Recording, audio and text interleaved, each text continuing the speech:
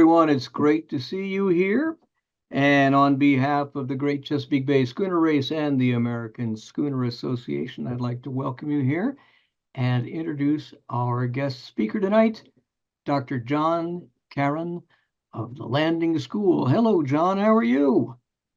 Hi, Duncan. I'm great. Thanks for having me. Hey, man, I wouldn't miss it. Chance to communicate all the way up to Maine. I don't know. Yeah, How's the weather up there? weather's beautiful. It's Oh, been an incredible fall, yeah, and it sure has. That's for sure. That's for yeah, sure. life doesn't get any better than Maine. Well, that's a good thing to hear.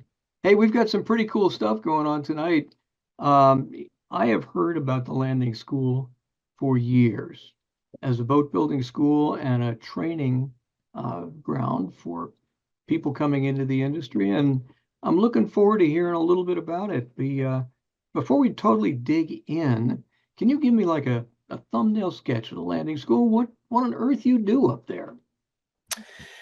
Well, I'd be happy to, and I think we've got a great story and a terrific mission. And that mission is, simply put, preparing students for rewarding careers in the marine industry to be boat builders, designers, and marine system technicians and boatyard managers. And we really take students who are looking for this kind of a hands-on education and want to find that pathway to Yeah. the career that they've been looking for but didn't know how to find it. And like I said, we offer several different programs depending on what the student's interest is and what they want to do in the marine industry. Well, there's a great need for that. I know, being a schooner man myself, Mhm. the guys are getting older and the boats are getting older, and oh my goodness, it's a struggle all the time, I'll tell you that. And tell me a little bit about you, John. Where are you from? And I know you're fairly new to the school, so catch me up and tell me all about you. Sure thing. Yeah. So I am new. I just started in July. Well, And I actually don't come from the marine industry. I come from higher education with almost 30 years of experience running schools. And I wanted to take that experience and apply it in a different context and have impact. And so when I saw this opportunity, this just seemed like the right thing to do. My family and I, my wife and I, moved up here to Kennebunkport about 5 years ago. And like I said, when this came along, it just seemed to fit. It was like the universe telling me this is where I was supposed to be, and the rest is history. But I love it. I wake up every day excited to come to work. We've got a great team. We've got great students. We've got great faculty and great programs. yeah, that is so great. Have you got much of a boating background at all? I mean, did you grow up near the water or anything like that? I did. I grew up in Bristol, Rhode Island, which, I never like heard. here, has a bit of history with shipbuilding and America's Cup yacht racing, and grew up on the water. My grandfather taught me how to fish. Very patient man, I will say. Uh, and we did a lot of freshwater boating, but of course, I grew up on the saltwater, on the ocean in Narragansett Bay as well. So yeah, I do have some history in my background. At one point, many years ago, I took an off ramp out of higher education to go to work for a family business in the overhead crane and hoist and manufacturing industry, of Oh, all things. oh, And business. I was up climbing around on cranes in Bath Iron Works and Portsmouth Shipyard, Naval Shipyard. And so it's kind of like interesting how this has all come full circle. Because, like I said, that was many, many years ago. But I don't regret it. I learned an awful lot, and still use those skills today in many ways. Well, everything you do builds up. Sure Now, does. ladies and gentlemen, before we get into the meat of the subject, I'd like to make sure that our communication is working. We have a chat window open, and we also have a Q&A window. So as we go along, if you have questions, put them in either honestly. To get started, if you would go to your chat window and just type in where you're logging in from. And boom, Bolel, I Quebec. gotta say that, Bolé, Quebec. And there we go. And look at that, Glen Wow. Burnie, Newark, Maine. That's kind of general. Well, that's awesome. Well, it looks like we're working. Now, as we go along, ladies and gentlemen, you are able to um, type back and forth among yourselves and also to us on the chat window. Questions can show up there, or questions can show up in the Q&A window. So don't be shy. And we're going to learn a little bit about the landing school tonight. You feeling good, John? I'm feeling great. Okay, here we go. Yeah, so a little bit of a history about the school. Landing School has been here for almost 50 years, and it's in a really important location. We're in Arundel, Maine, which has a long history of shipbuilding in Maine as well as in this area. And they used to build the ships here in Arundel and Kennebunk using the timber in this area, and then they would bring them down a river and into eventually Kennebunkport, where they would launch the ships. There was also a lot of shipbuilding in the port as well. The school was founded in 1974. You can flip the slide. By two folks, and these aren't them, but this is a little bit of that history still. You can flip again. It was established by John Burgess and Cricket Tupper, and they were trying to meet the growing need for skilled boat builders, designers, and marine technicians. You can flip the slide again. And these photos you're looking at, by the way, are courtesy of the Brick Store Museum in Kennebunk, which is pretty cool.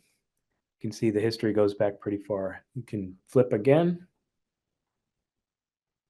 Yeah, that's the port where some pretty big ships were built. You can flip one more time. Boy, just like that, it's already time. Already.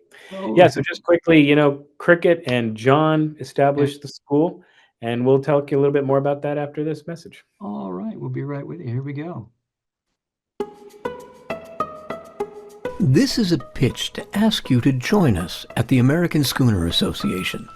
Founded in 1972, the American Schooner Association is dedicated to the history, preservation, and promotion of the schooner rig. You don't need to be a schooner owner to join the organization, just to be interested in these beautiful boats. As time marches forward, the role that schooners played in the history of our country is fading too. Your membership helps support educational programs and provides a base for preserving these vessels. So, join us. It's inexpensive, important, and we'd love to have you along.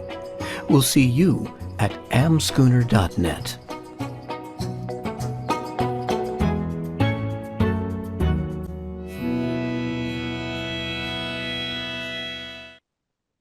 And we're back. All right. And for those of you who may be interested, we would love to hear from you at the American Schooner Association. So here we go, back to John Carron now. What are we looking at? We're looking at one of the first earliest buildings. So Cricket and John and a few others, some might be on the podcast tonight. I see Paul Barton, for example, started the program out of a cow barn. Whereas I'm told the very first assignment the students had was to get the cows out of the barn so they could make room and build some boats. You can flip the slide again. And again, what they, the premise of the landing school is really all about taking people with any ability and any experience, including no ability and no experience with boat building, but just a willingness to learn and to work with your hands and to do good, hard work, right? And build and design boats. And that's been at the core of what we do. And we've stayed true to that mission and that core for almost the past 50 years. You can. What are we looking at here, John? I believe that's one of the pictures in our, I think in one of our facilities, but I don't know when this was done. Yeah. You can flip the slide. Yeah. This is an example of some of the boats that we've built over the past several decades. It's a crew of our folks there, probably looking from the 70s, I'd say. You can flip it again. And there's George H., who was a boater himself and a very big, important part of the community here. can flip Quite a picture. flip again. There's some of our students and our faculty. Flip again. Mhm. And here's a little, video from one of our alums. Uh-huh. Yeah, sure it is. You get talking to somebody that is working at another yard, and it's like, oh, I went to landing school, and they're like, oh, I went to landing school as well. What year did you go? And then you have an immediate connection. Still continue to this day, good friends, and they might be spread out all over the country, but we still keep in contact. We're always coming across landing school graduates. It's a small enough industry, the networking takes off. You work on one project, all of a sudden met 10 or 12 people just from one connection on one team. Comanche is 100-foot super maxi. It's all carbon fiber, 100 feet long, 26 feet wide. It was built to break world records and race records, and we did that with it. Artemis and American Magic, aside from the boats being different, I've actually worked with the same core group of guys. The processes and everything I've used are pretty similar. It's just a different application. I'm a senior boat builder here. It's a pretty vast skill set. You're not just coming in and laminating the same part every day for 2 years. You're doing something new almost every day. I mean, my specialty is components, so I do a lot of smaller parts. Pre-preg, aside from the mold making aspect. What I do here at American Magic is pretty much anything from jig and mold construction all the way up to laminating pre-preg for decks and the hull, all the way through structural fit out, pretty much anything really. I was working on the first boat. Once that was done, then we got into making the deck mold for the second boat, and then jumping into the hull, laminating with pre-preg and the core, and now into final assembly.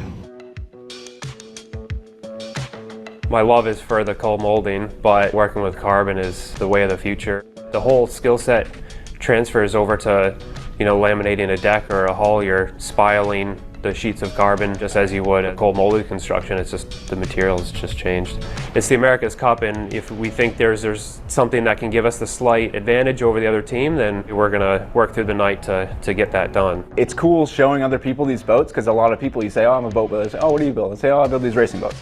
And then you show them a video and they're like, they're flying. They're out of the water. They're not like any other boats out there. It's unbelievable. You go on the boat and you're in a chase boat, full throttle, and this thing is cruising faster than you and it's silent. It's so cool.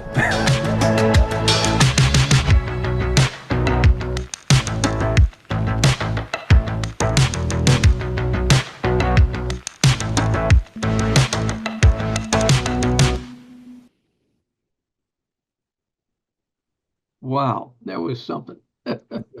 Pretty cool. Yeah. And one of the things, Duncan, that I love about the landing school, as one of the alums in the video said, is that the school's really evolved into a globally recognized institution with students from every continent except Antarctica. Mhm. And we have an alum, for example, who just started he started the wooden boat building school a while back in France. The school's called Scolamar, wooden boat building. And we get students from all over the country and all over the world, which is really cool because they bring a lot of experiences, both culturally and other experiences as well. So for the last 50 years, we've been making contributions to the marine industry. You can flip the slide if you want. So let me tell you a little bit about our students. We have students from a few different segments, if you will, audience segments. The first one, probably our main audience, our main group of students are who we call career changers. So folks who have been working behind a desk for a number of years and have decided they want to do something different and they want to work with their hands. And they've always had this passion for boats, for boating, for sailing, but they just didn't know how to find the pathway to this career. We also have traditional age students who come right out of high school and again want that hands-on experiential applied learning experience. Going to school for 4 years and taking English Lit is just not their thing. And when they find the landing school, they know this is exactly where they're supposed to be. We also have a number of veterans who come to us who have, again, always had a connection to boating or sailing or a passion for boat building or something in the marine trades, maybe marine systems or yacht design, and have now the time and the ability to focus on that. And then finally, we have some lifelong learners who always wanted to design and build boats, and again, now have the time and the means to do that. So, one of the things our employers love about our students at the landing school is that they really get a strong foundation in boat building design and marine systems, boatyard management, and they're not afraid of hard work, and they have an aptitude for wanting to learn more. And so, as a result, our alums advance very quickly up through the ranks in the boatyards and marinas. We have just such an incredible reputation with our employers that it's something we cherish very much and don't take for granted. We work really, really hard.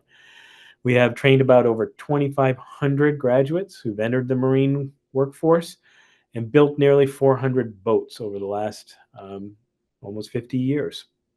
And we pioneered some modern boat building techniques while trying to preserve the traditional heritage of boat building. And we've got some alums out there like Eric Gertz, who was pioneering some things in the composite space way before anybody else. We might have some folks on the webinar tonight who also are alums of the school, and we're doing some incredible things, again, way before they became kind of the standard in the industry. You can skip along a couple of slides. There's a picture of some of our students in our composites program. You can go on to the next one. Want to give a shout out to a couple of our notable alumni: Kevin Burns, who's the vice president of design and product development at Back Cove, and Aaron Crawford, who is president and chief executive officer of Sabre Yachts, just to name a few. These folks are really leaders in the industry and trying to define the future of the industry, particularly around sustainability and things like that. You can go ahead and skip again. Yeah. Now, those are two of our faculty members, Zach and Addison, who teach in our marine systems program. You can go ahead and move a slide. And this is a more recent picture. We were at the Newport Boat Show last September, and all of our students went and got to meet with people in the industry, vendors, and really get a really good experience walking around the show and seeing some of the boats that were there and meeting some of our industry partners. You can skip along. There we go. And there you go. Yeah. So bad. Well, I got to say, John, it's a very impressive thing, that's for sure. Yeah. And welcome back. It's good to see your face again. You too. I think one of the things that is so impressive is that your graduates have places to go, and employment waiting for them.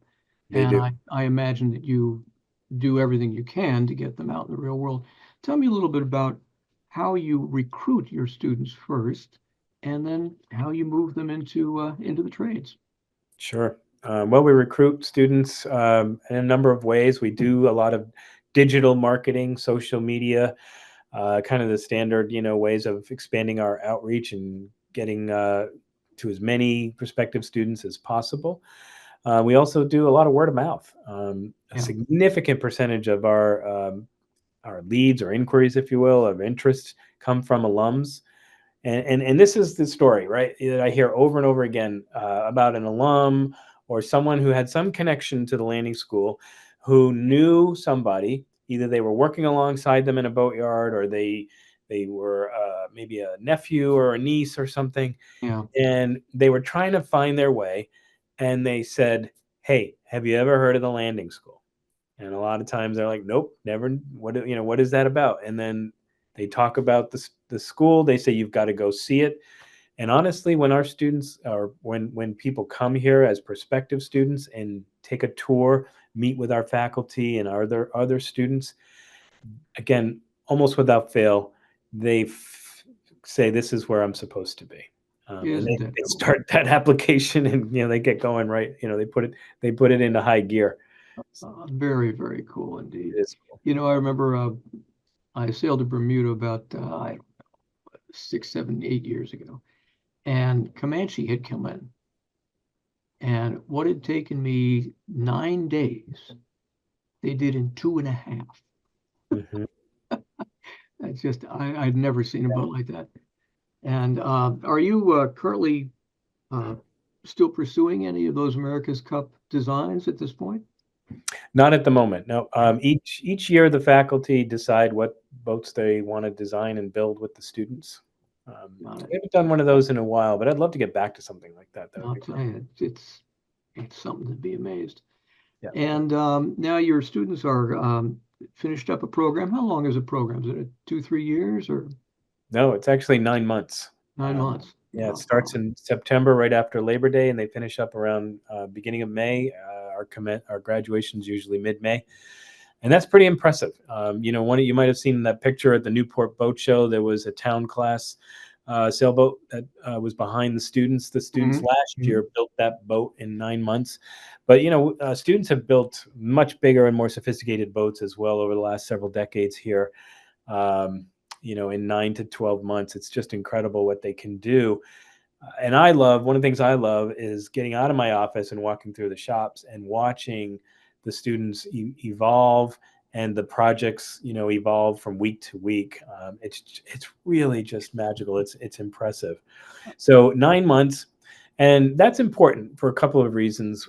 First, what's top of mind for today's students, whether they want to go into this industry or any other career, is time and cost to completion of a degree or a credential.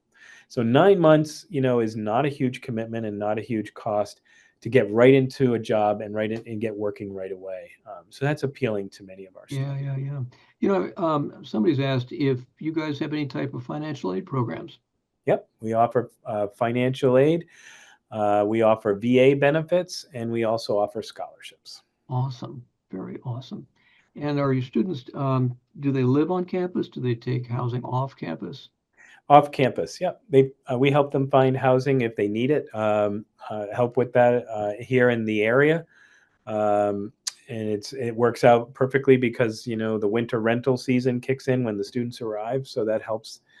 And we'll help them find housing. But no, we don't have like dorms or housing on campus. Yeah. Well, looking at the rental costs down here near Washington, I sure hope it's more affordable up there. Yeah. Oh, housing is an issue everywhere, and we're working with state legislators and to try to address that. We're also trying to get creative as we grow, and the housing market, gets tighter in the area. We know we need to get creative, so we're, going to partner or try to partner with some of the community colleges in the area or other schools in the area that have residence halls and have some excess capacity. And maybe we can partner with them to provide some housing options. Right. Yeah. And someone has been asking a little bit about women students. Yeah, I saw that in the chat. Talk a little bit about that. Glad you asked. And you know what? You're right. We didn't really have any feature any of our women students and alums in the video. So shame on us. We're going to address that. But the truth is we've had female or women students in the program here at the boat school since it started. Again, one of the co-founders is a woman, Cricket Tupper. And currently we have 2 women in our programs, one in yacht design and one in marine systems. Does the industry need more women? Do we need to attract more women into the landing school? Absolutely, and that's a top priority for us. We definitely, that's a good thing. We're working on that. Well, there's a lot going on up there. Have you got any new initiatives that are coming up that are starting to move along? Yeah, gosh. As I mentioned, we're trying to, grow enrollment again and get back to the enrollments that we have been at in recent years, because we really want to make this education, this experience available to as many students who want this. We're also launched some major fundraising campaigns. We've got a grant application submitted in partnership with Southern New Hampshire University. we've got a alumni event coming up on December 5th, and we're calling it the Whiskey Plank, which some of you from the industry know is around that tradition of putting the last plank on. And yes, we'll have a little bit of whiskey, but it's really not about that. It's about giving our alums in the area an opportunity to come back and reconnect with each other and reconnect with the school. Absolutely. Now, there is a little story behind Whiskey Plank for those of them, excuse me, for those of our people who don't know that. What is the Whiskey Plank?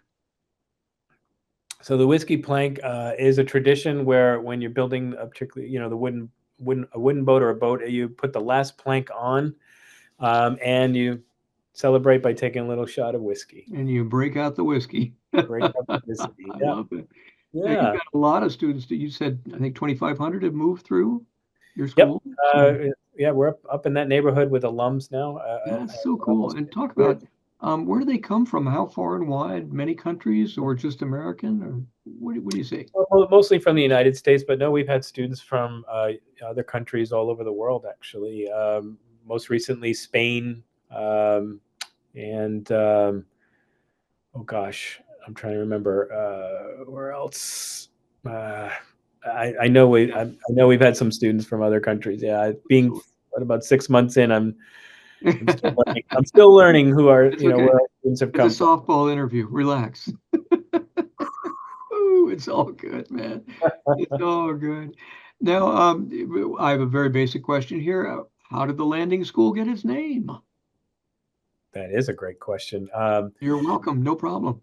Okay. I mean, I believe it was connected to the historical piece we were talking about at the beginning of the webinar, where the area where they built the ships before they brought them down the river was called the landing. And I believe that's part of the connection. That makes all the sense in the world. Now, when you guys are choosing the boats to build for your season, do you have people come in with commissions, or do you just do this on spec, if you will? We do it on spec when we're building a brand new boat. However, our marine systems program brings in anywhere from, I don't know, 6 or 7 project boats. So these are boats owned by private owners in the area, and they need their boat fixed.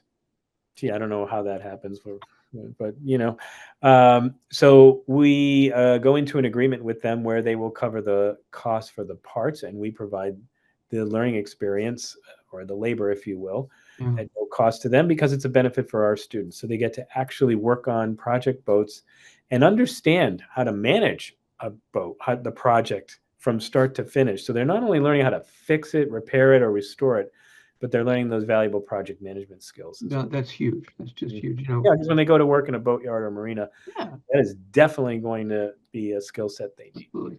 And for someone who has worked in the marine industry, myself, for many, many years, you need to know how to do all sorts of things when you go to work in a boatyard or elsewhere, whether it's fiberglass, whether it's plumbing, whether it's electric. And you cover all those topics, don't you? Yes. And one of the things I'm excited about this year is our faculty are collaborating and working together. So the students get to work with each other. They're not working in silos. So for example, our composites students are working and collaborating with our wooden boat on a boat right now this fall. But then they also went upstairs. I say upstairs, that's where our yacht design folks are. And they, did some, very high level design work, to understand, how the boat gets put together. So then they go back in the shops and they have to draw it out on the table, and then they have to start building it. And where I say where the magic happen is it happens right there in that moment, where sometimes the design or the measurements don't quite work out, and you got to adjust, you got to pivot and make, and that's where the real learning takes place. So really they're going to go everywhere from the computer down to lofting on the floor. Is that right? Yeah. It might be interest to people. What is lofting? People have asked that before, and this is worth talking about slightly. And so you get a design, and then it turns into a boat, and lofting's in the middle. How does that work? Oh gosh, yeah. So I got to admit if that's a softball question, I'm not prepared to answer it because I don't come from the marine industry and I've never built a boat yet. Yeah. But Oh, I, that's it. There you my go. learning curve in that area is pretty high, and I'm afraid if I try to answer that question, I'm going to get it It's wrong all good. and get a lot of nasty things in the chat. So. Well, that's great. Having talked to the people like Gannon and Benjamin, a great big drawing comes down to the floor and you tack boards along where they're going to be eventually in real life.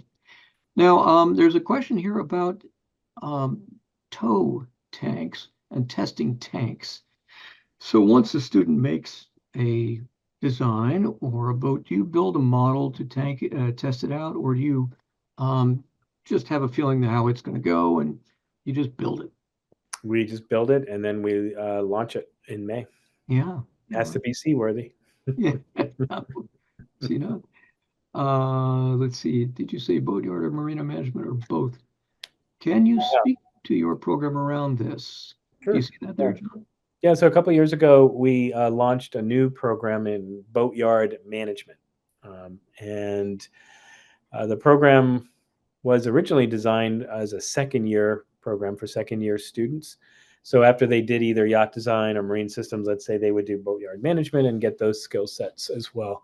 And it's a really important program because, as I mentioned before, these are the organizational leadership or soft skills that folks need, whether it's project management, budgeting, managing diverse teams, supply chain, all of those types of skill sets. And we're working on evolving that program right now. And we're talking about the possibility of offering it as a weekend program in January, February for people who are already working in the boatyard but can't stop working full time to do a 9-month full-time program. So we're thinking of doing this as a Saturday kind of model, maybe 3 or 4 Saturdays where we break the curriculum up into modules. We have people come in with expertise in each one, and they'll come out with a certificate in boatyard management from the landing school. And then to expand our outreach, programs like that are scalable, so we can reach a wider audience, particularly if we can offer some of the curriculum online. Yeah. So we're talking with some industry partners about the possibility of taking the program to the next level and doing something like that. I'm looking here, and as you know, and I know, technology is just squirting along as fast as can be. As you look at these advancing technologies, are there some that you think are more important, or at least very important, to pursue with your students? I'm talking probably electronics, probably materials. Yeah, you're right on. And the technology is advancing rapidly. The electronics and the sophistication of the electronics in boats today is just incredible. A lot of these yachts now are built with PLCs, and so they need trained technicians who can troubleshoot the software. They're like smart boats, kind of like smart cars, with computers and computer rooms. And so we have to evolve with the industry, and we have to make sure our students are exposed. And then, of course, I'm sure a lot of folks who are on the webinar tonight, know and are watching closely about the blue economy, right? Around electric jet propulsion and other types of sustainable, advanced fuels and things like that, lithium batteries and so forth. So yeah, we're trying to, integrate those technologies as best we can in a 9-month program and expose our students at a foundational level so that they're familiar with it. And then when they move on and graduate and get jobs, a lot of times employers will continue to invest in them and do that deeper training. When you make a decision to pursue a particular advanced technology, where do you look for your instructors? Where do you find them? We find them from the industry. All our faculty currently are also alums of the school and have worked in boatyards or marinas. So they have that practical experience, that applied knowledge to be able to teach and train our students on these technologies and on these techniques. So we often, will talk with our industry partners and put the word out. For example, right now we're looking for a full-time instructor for our composites program. Yeah. And it's not the kind of job you can kind of post on, in Indeed or something like that. It really is, tapping into the network of our industry partners and just, talking about it and putting the word out there.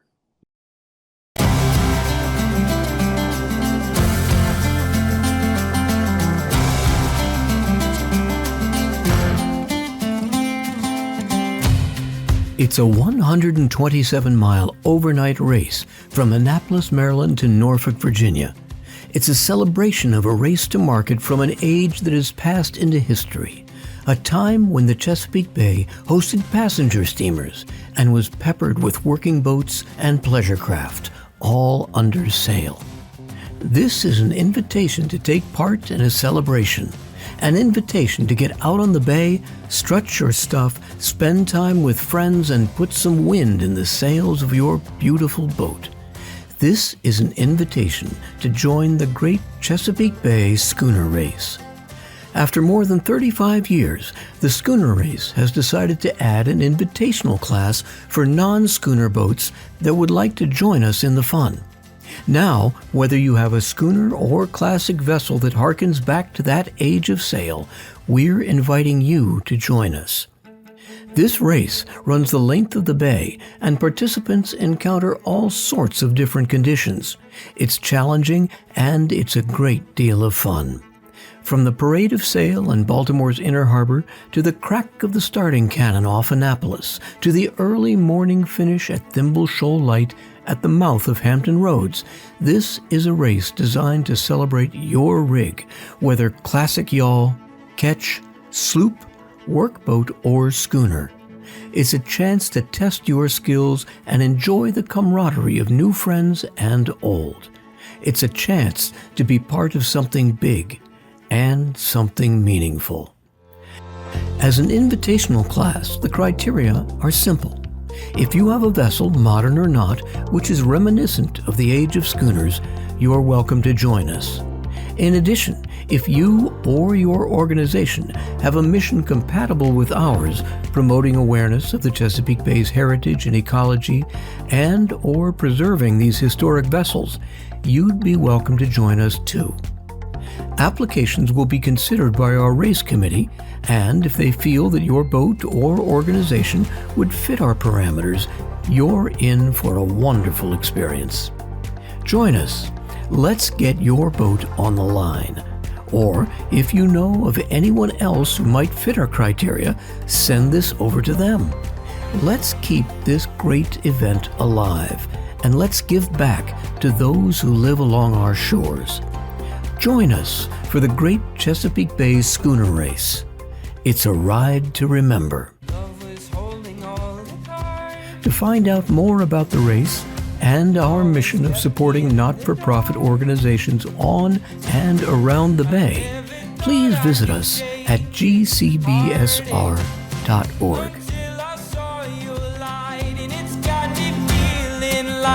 Life is good, yeah. Life is good, yeah. Yeah, in my darkest times, you got me feeling like I've been walking on air. Left all my worries and cares. I've got no burdens around you. I don't care who knows I love you. 'Cause I've been so lost without you. And in my darkest times, you got me feeling like I'm thinking how when I first started sailing, I had to sail to and from Bermuda with a sextant. I mean, that's how old, I may not look that old, but in this amount of time in my career, maybe 50 years, Yeah. I see how far we've come, and I'm looking forward, and I look forward to, first of all, part of me goes, where else can we go? And the fact of the matter, there's always someplace else. What do you see looking ahead 20 years or so? I see, again, a significant shift towards sustainability, with a focus on alternative fuels, and um, I think not only will we probably see eventually a wider embrace in things like electric propulsion and so forth, but I think we're going to see the boat manufacturers themselves, and this, I can't take credit for this. I was on a call with the Maine Blue Economy Task Force, and Kevin Burns, one of our alums from Back Cove, was on there, and Audrey Hodgson from Hodgson Yachts was on there, and people like Audrey and Kevin and others who are doing the manufacturing and the production have figured out that the future of the industry and where it's going to be in 20 years is in the manufacturing and production. That's where the sustainability needs to happen. Yes, it's helpful to get the toxic fuels out of the water and so forth, and out of the air, but it's really in the production and manufacturing side where I think we're going to see some huge shifts, and that there'll be much more sustainable techniques injected into those processes. Yeah. I was at the Annapolis Boat Show, like a lot of people were. Mhm. And over the years, what I've noticed, of course, is a huge proliferation of catamarans. Mhm. And interestingly enough, I've also noticed the monohulls are trying to compete by getting wider and wider at the back. Yeah. And have you guys done anything in the way of catamarans at this point? We haven't built any that I'm aware of in recent times. I know up in our yacht design, though, they definitely do some design work with cats. But yeah, that would be a pretty big project for us, but it would be an interesting one because, again, you can really, tap into some of those alternative fuels or solar and other things like Yeah. that to teach our students about some of those advancing technologies. Yeah. Yeah, pretty crazy. Mm. So here you are up on the edge of Maine, building boats. Yeah. Talk to me a little bit about the relevance of what you do. Why do you do what you do? Yeah, it's incredibly relevant, Duncan, because as many folks know, the marine industry here in Maine, as well as all over the country, has a pretty big talent pipeline problem. One of the reasons why our employers are, eager to partner with us is because they desperately need to hire skilled technicians like right now, or carpenters, or every aspect of the marine industry, marine systems technicians, and so forth.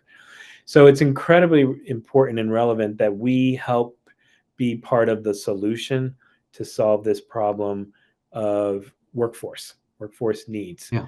I mean, it is huge. And it's not, you mentioned there's a lot of folks who are coming up, point in their careers where they're ready to retire, but there's just not enough also younger people coming into the trades. Now, the good news is there is a much more demand and interest in the trades than there ever has been in recent past. So that's working in our favor. Well, it's interesting to hear you say that, John. How do you judge that? We judge that by seeing the number of students that are going through these CTE schools, these technical education high schools, the interest that's growing in lots of different trades, and again the shift of students who don't want to sit behind a desk for 4 years and take a traditional 4-year degree program. They want to learn, but they want to work with their hands. They want to apply what they've learned, and they want to go to work. Yeah, that makes all the sense in the world.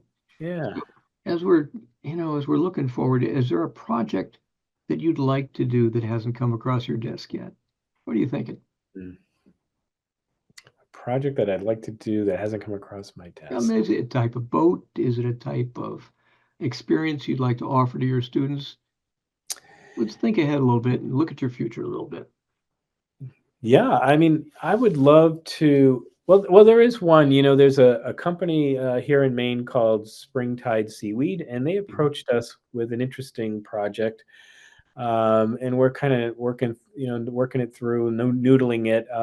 They harvest organic seaweed, and they've tried to retrofit or jury rig, commercial boats to meet their needs, and they just can't. It's just not working. Yeah. Yeah. Yeah. And Yeah. they've approached us, with to have conversations about the possibility of designing and potentially manufacturing or co-partnering with a manufacturer to build a boat designed to meet their specific needs. And That's this interesting as project, we talk about sustainability. That's a very yeah, important part. yeah, it intrigues me because of, the importance and the emphasis on aquaculture here in Maine, which is a growing industry, as well as in every aspect of that project, if we can make it work, would expose our students to all these, different technologies that we need, that are advancing in the industry, and that we need to, our students need to have some knowledge about. So. Yeah. I've seen both in Hawaii and Alaska, uh, people are trying to incorporate seaweed growing and seaweed into our Yeah. diets. Yeah. And I'm sure they're doing it up there in the Gulf of Maine in that area too. So, what a Absolutely. relevant, cool thing, right? Yeah, and again, if it's something we can make work, because it has a lot of interesting challenges, but there's opportunities to replicate it in other industries like oyster harvesting and so forth. Again, electric propulsion would be ideal. Solar panels would be ideal for these Yeah. kinds of applications. You bet. So we'll see where that goes. Yeah. Well, I've actually seen boats that are almost like lawnmowers. They go along the top of the kelp beds and just cut the tops off so the kelp is not pulled up or destroyed. It just keeps growing. Yeah. So, sustainability at its best. Hmm. Well, what an interesting school you've got. I've heard so many good things about it over the years. Now, you build a boat on spec. Hmm. What happens to it at the end? So what we do oftentimes is we'll put it on the market for sale, and we'll sell it at cost, because we're not looking to make a profit on the our students' labor. But these are beautiful boats that our students make, and they're in many ways they're handcrafted. And so yeah, we'll try to sell it to somebody out there who is looking to have one of our boats. It sounds wonderful. Yeah. All right. Well, ladies and gentlemen, we're getting near our end. If you've got any questions, this is a good time to type them in. Yeah, and I And just we'll will look say, forward to this. I think my CFO's on the webinar, and she will, chastise me for not doing this. So that town class boat that you saw in the picture of the Newport Yeah. Boat Show, that is for sale, and it comes with a trailer. It's ready to go. If anybody's interested in a town class, we are ready to talk. And what's not to like about that? Sorry, Duncan, I had to plug that. Hey, man, it's all good. I get that. I participated in a number of boat building clinics myself, and the problem is always, what do you do with it? Where do you put it? And that kind of thing. So good for you guys for getting the word out. Yeah, we're also hoping this summer to bring back some workshops, and engage with the summer community here in Kennebunk and Kennebunkport. And right now we're thinking about, doing some canoe and kayak and surfboard building workshops. Oh, nice. Yeah, Oh, that'd be very cool. it will be. Yeah. We talked a little earlier about whether or not you guys ever participate in any regattas or festivals or stuff like that. Do you send crews out, for example, to maybe Gloucester or any of those places to maybe cross to Martha's Vineyard or anything like that? Not that I'm aware of, not yet. Yeah. But that's something I definitely love to get back into. Down in Marblehead, I know they race the town classes every summer. So yeah, we'd love to be doing more of that, and engage with the community for sure. Well, for those of you who run those festivals, you can always ask John. Yeah, I mean, we certainly go to a lot of boat shows and so forth. And we've sponsored the youth regatta up in Camden, with Lyman Morse.